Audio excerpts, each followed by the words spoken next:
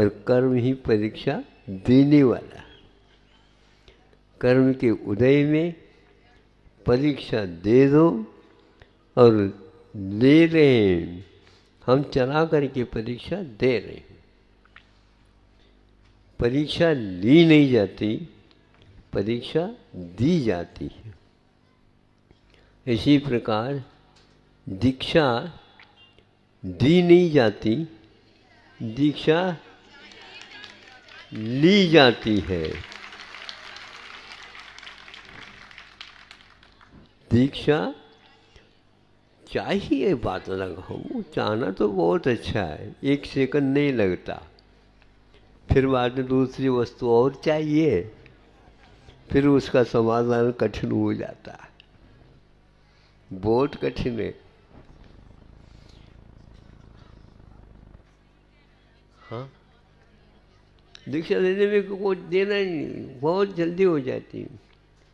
अब क्या होगा, नहीं ले तो बहुत अच्छा होता था। परिस्थिति ऐसी हो जाती है, मन हमेशा हमेशा निराकुल बनना तो उसका स्वभाव है ही नहीं। उन सब को सहन करने की क्षमता का नाम ही साधना है। इसलिए 28 मूल गुणों में एक बार एक वक्त आप उठ करके जा सकते हो, खड़े हो करके लेओ और बैठ जाओ और चले आओ, कुछ बोलो नहीं, मौन के साथ जाना, मौन के साथ ही आना, ईर्ष्यापथ समिति पालना, और कोई संकेत नहीं है। जिसके लिए गए थे उसके लिए कार्य कर लिया, छुट्टी। बहुत कठिन है, पहले समझते थे हम आसान है। आसमान दिखता तो है, लेकिन छूने के जाओ तो मालूम पड़ेगा। कितनी भी एड़ी उतार दो तो भी आसमान को छू नहीं सकते। फिर पास से तो दिखता तो है, हाँ बिल्कुल पास दिखता है। ऐसा ये है, सब मैं कर लूँगा, सब कुछ नहीं, एक ही करना होता, सब नहीं किया जाता। एक सदे तो सब सदे, और सब सादे सब जाए है। तो अब आप लोगों की परीक्षा है और उन स्वयं की भी परीक्षा है। 6 महीने तक होने के उपरांत भी आहार नहीं होता है, आप लोगों को ज्ञात नहीं था और उनको ज्ञात करना भी नहीं था। ये पूजन की विधि पहले बता देते, देखो मैं जब मुनि बन कर के आऊँगा उस समय 9 भक्ति कर लेना। इसी प्रकार आप लोग भी जो दीक्षा लेने चाहते हैं वो पहले अपने अपने व्यक्तियों को तैयार कर लो।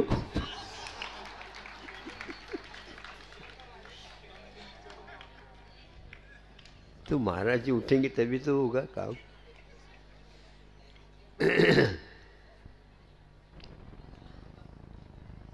तो ये कोई सेटलमेंट कुछ नहीं होगा, कहीं भी चले जाए, चाहे विदेह में भी चले जाए तो भी नहीं होता। कम से कम किसी को मत कह दो, माँ तो किसी को कहेगी नहीं, और उसको कह देना थोड़ा सा, क्योंकि भूख तो लगती है, आप समझती हैं, इसलिए मैं आ जाऊँगा सीधा। बेटा अभी जा ही मत, नहीं समझे, आना है तो फिर इधर आना नहीं। हमें यदि देना है आहार तो हम ही आ जाएंगे, लेकिन तुम नहीं आना। लोग कहेंगे देखो माँ ने बुलवा लिया, अथवा लोग कहेंगे देखो बेटे को अभी घर का मोह छूटा नहीं, अपने घर में चले गए। हम सारे खड़े थे,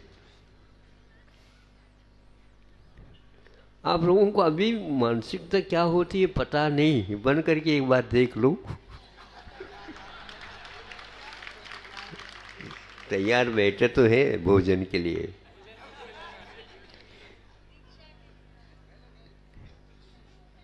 दीक्षा के बाद की भिक्षा की बात कर रहे हैं हम। हाँ, ऐसा कर ले, हम सोचते हैं ऐसा कर ले, एक दो ब्रह्मचारियों को रख ले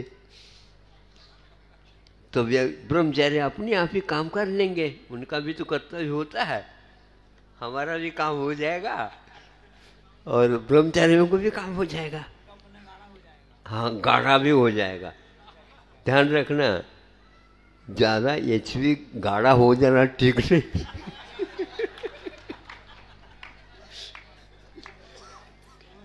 हाँ, हेमोग्लोबिन जो है ना, एक प्रकार से उसकी सीमा है। ज़्यादा पतला होना भी ठीक नहीं, ज़्यादा गाढ़ा होना भी ठीक नहीं। ज़्यादा गाढ़ा होना और खतरा कहते, खतरा। इसलिए हर क्षेत्र में मात्रा काम करती है। तो इसीलिए ये सोचना है कि यदि लेना है, वीरचर्या है, हम इसको नहीं समझ पाते।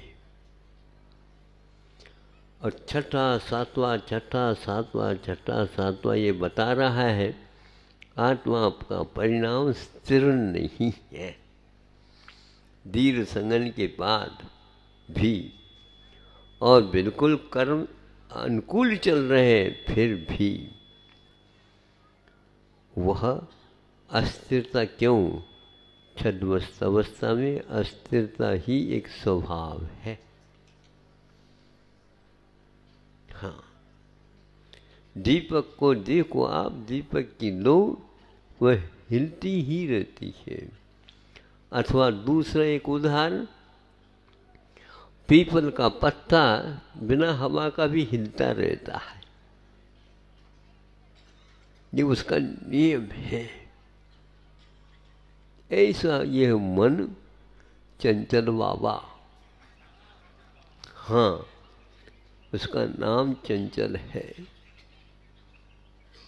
उसको काबू में रखना अपने आप में बहुत अद्भुत साधना है।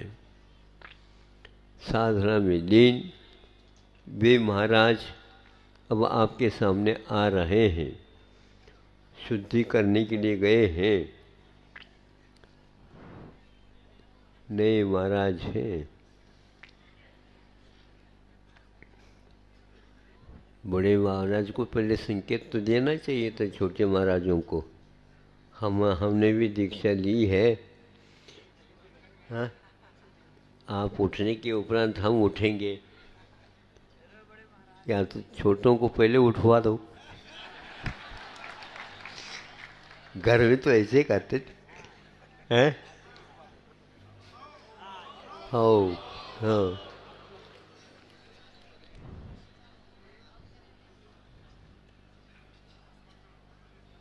अस्वस्थ चले या संकोची हो, धीरे धीरे भोजन करने वाला हो, तो उसको भैया थोड़ा अलग व्यवस्थित कर लो, नहीं तो बहुत मुश्किल हो जाएगा।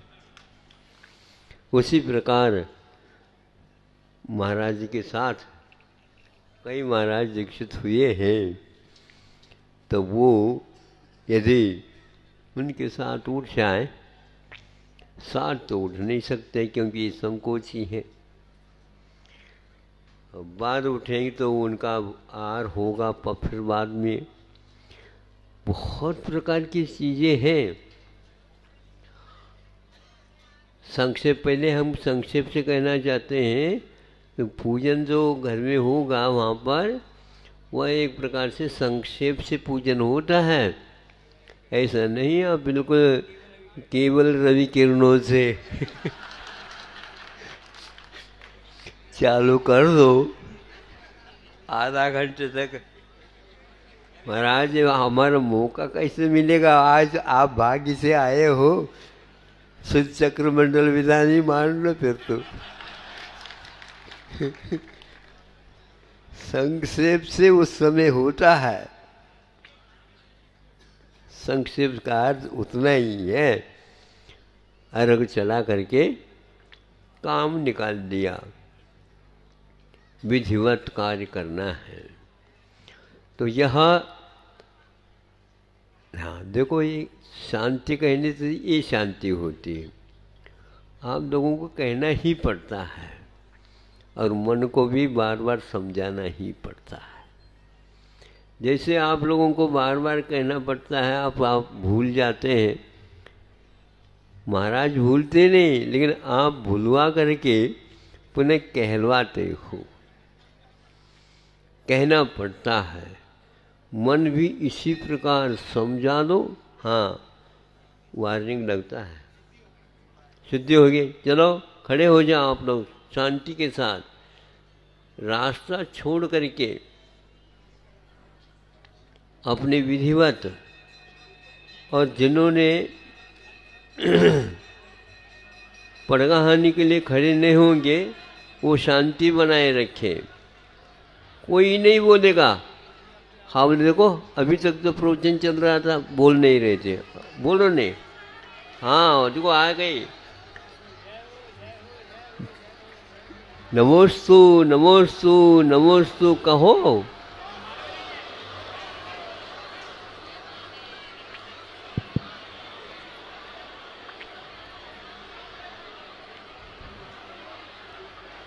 पीछे कोई नहीं आए, अपने अपने आंगन में खड़े रहो। महाराज जी के पीछे कोई नहीं जाए, जैसे मेरे पीछे आते हो। हाँ एक आध बार पीछे मुड़ करके देखा तो ये क्या है सब।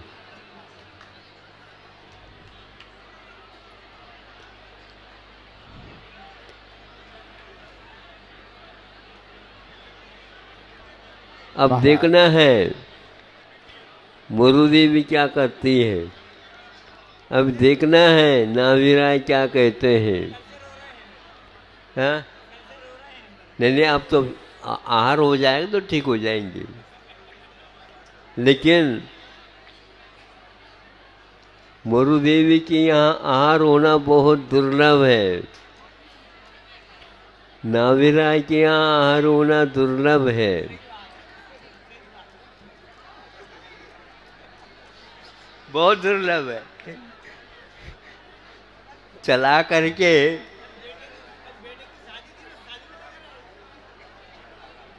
हमें क्या मालूम, पहले तो शोर हो गया, पहले शोर हो गया, अब ये किशोर हो गया।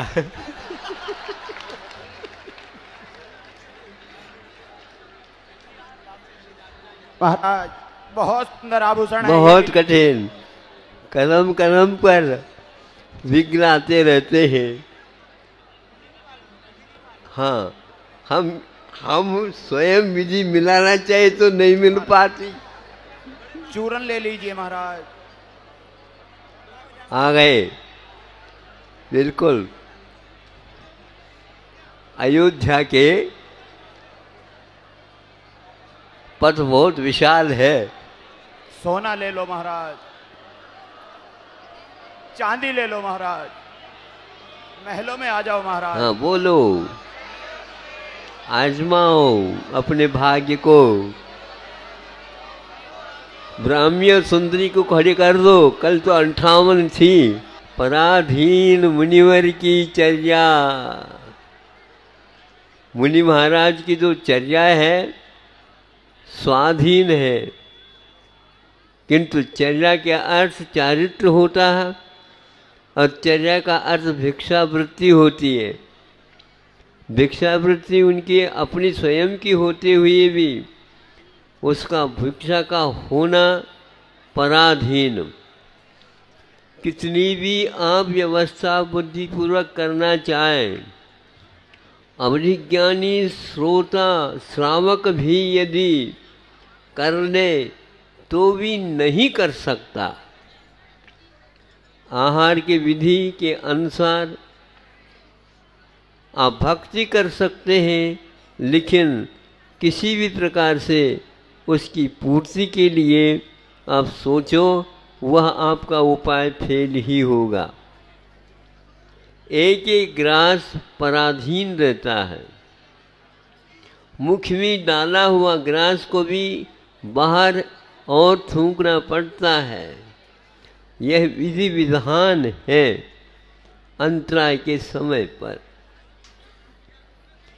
अब आपके यहाँ आएंगे, पहले से उनको ज्ञात है ये क्या देंगे। मनफरे ज्ञान को भी वह अपना उपयोग में नहीं ला सकते। आहार होगा क्या नहीं होगा इससे कोई मतलब नहीं, आहार के लिए निकलना भर है। इन्होंने इतना बड़ा त्याग किया, उनके यहाँ तो बिना कहे जाना ही चाहिए। हम समर्थन करते हैं लेकिन कहे नहीं सकते, मौका तो दे देते हैं। जबरदस्ती ब्रह्मचारी लोग ले लेते। ऋद्धिधारी मुनि महाराजों को भी आप लोग ब्रह्मचारी लोग रोकते ही रहते। 1000 वर्ष में 2000 बार कम से कम निकले होंगे, किंतु नाभिराय के यहाँ आदिनाथ भगवान का आहार हुआ है या नहीं हुआ, एक प्रश्न तो है। अब कोई भी सपना आ जाए, नहीं हुआ या हुआ, अथवा केवली भगवान से ज्ञात हो जाए। कितना मन में आकुल आकुल आकुल व्याकुल भाव होते होंगे।